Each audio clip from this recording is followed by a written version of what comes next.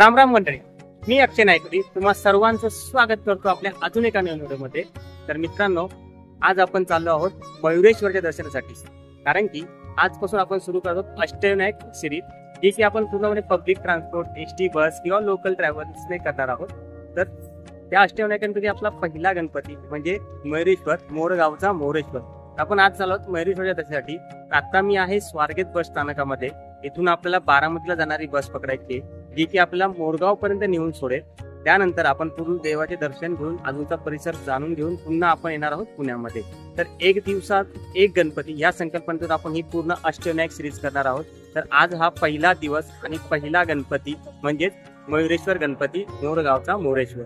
चला जाऊया मयुरेश्वराच्या दर्शनासाठी।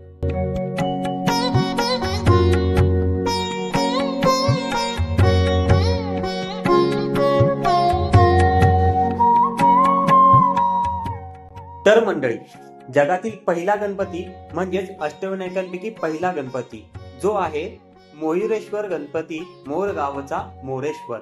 हा गणपती पुणे सिटी पासून अगदी 66 किलोमीटरच्या अंतरावरती आहे आणि या ठिकाणी जाण्यासाठी आपण स्वारगेट बस स्थानकातून सकाळी 9 वाजता बारामतीला जाणारी एसटी पकडली आणि तेथे जाण्यासाठी आपल्याला 112 रुपयाचं तिकीट आकारण्यात आलेलं आहे।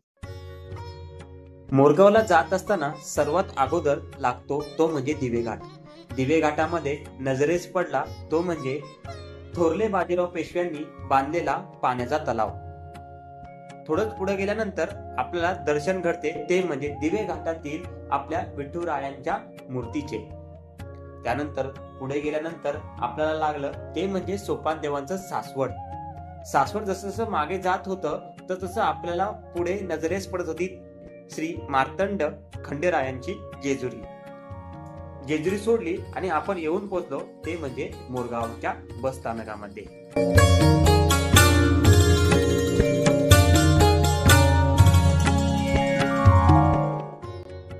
तर मंडळी, आता आपण 2 तासाच्या प्रवासानंतर येऊन पोहोचलो मोरगाव बस स्थानकामध्ये।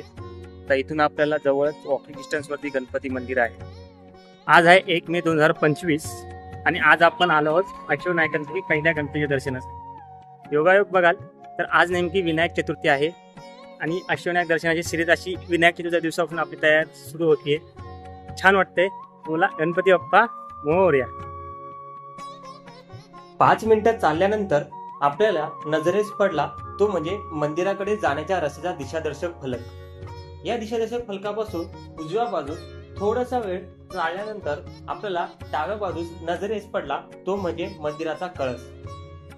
त्या ठिकाणाहून आपण थोडंसं पुढे चालत गेल्यानंतर आपल्याला रस्त्याच्या दोन्ही बाजूस प्रसादाची दुकानं, हार फुलाची दुकानं दिसतात। अष्टविनायकातील सर्वात पहिला गणपती म्हणून मोरगावच्या मयुरेश्वराला ओळखले जाते। मयुरेश्वर मंदिर मोरगाव, सदर मंदिर सुभेदार गोळे यांनी बांधले आहे। आदिलशाही कालखंडामध्ये याचं बांधकाम केले गेले आहे। सुभेदार गोळे हे पायदळ प्रमुख सरनौबत नरवीर पिलाजी गोळे यांचे आजोबा होते।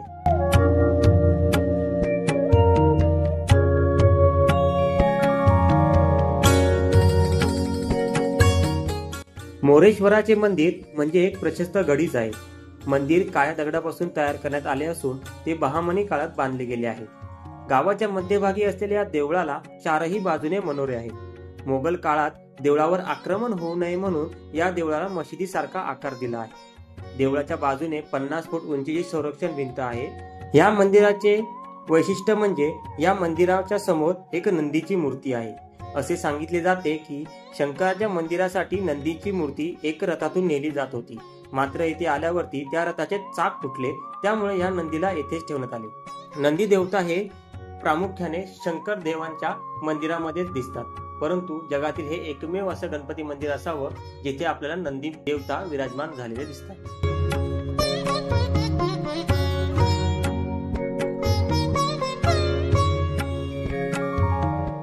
असे मानले जाते की पूर्वी सिंधू नावाच्या असुराने पृथ्वी तलावर उत्पात माजवला होता। त्याचा नाश करण्यासाठी देवांनी अखेर गणपतीची आराधना केली। तेव्हा गणपतीने मयुरावर आरूढ होऊन येथे सिंधू असुराचा वध केला। त्यामुळे गणपतीला येथे मयुरेश्वर असे नाव पडले।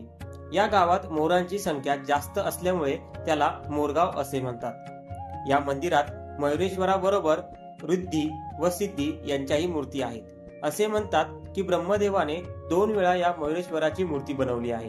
पहिली मूर्ती बनवल्यावर ती सिंधुसुराने तोडली, म्हणून ब्रह्मदेवाने पुन्हा एक मूर्ती घडवली। सध्याची मयुरेश्वराची मूर्ती खरी नसून त्यामागे खरी मूर्ती असल्याचे मानले जाते। ती मूर्ती लहान वाळू व लोखंडांचे अंश व हिऱ्यांपासून बनवलेली आहे।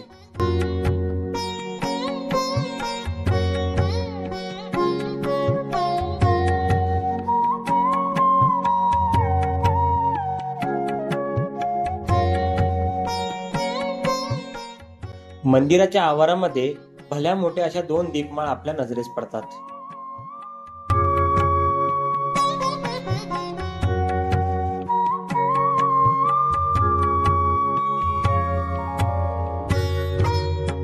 गाभाऱ्यातील मयुरेश्वराची मूर्ती बैठी, डाव्या सोंडेची व पूर्वाभिमुख आणि अत्यंत आकर्षक आहे। मूर्तीच्या डोळ्यात व बेंबीत हिरे बसवले आहेत। मस्तकावर नागराजांचा फणा आहे।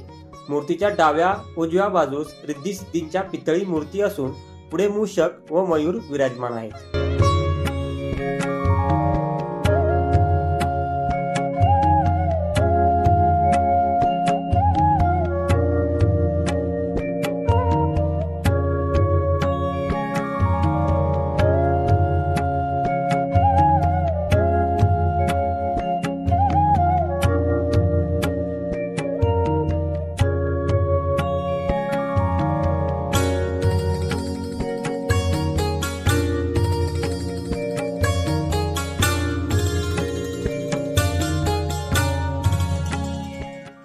मंदिराच्या 4ही बाजूने अनेक देवी देवतांच्या मूर्त्या आहेत। गणपती बाप्पा सोबतच तुम्ही याही देवी देवतांचे मनोभावे अशी पूजा करून दर्शन घेऊ शकता।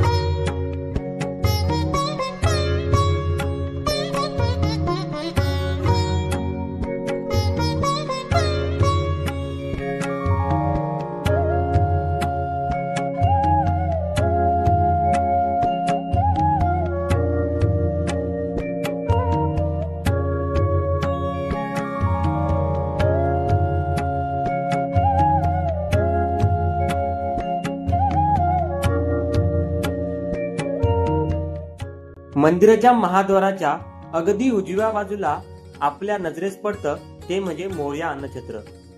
या ठिकाणी 50 रुपयामध्ये तुम्ही पोटभर जेवण जेवू शकता। या सात्विक जेवणामध्ये तुम्हाला एक भाजी, चपाती, लापशी, वरण आणि भात, तर हे तुम्ही पोटभर खाऊ शकता आणि याचं शुल्क फक्त आणि फक्त 50 रुपये आहे।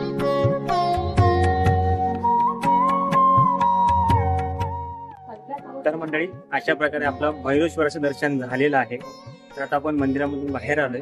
आता आपण परतीच्या प्रवासासाठी निघत आहोत। त्या अगोदर पाहूया आजूबाजूला जर काही आपल्याला अजून काय पाहता आलं तर आपण नक्की पाहूया।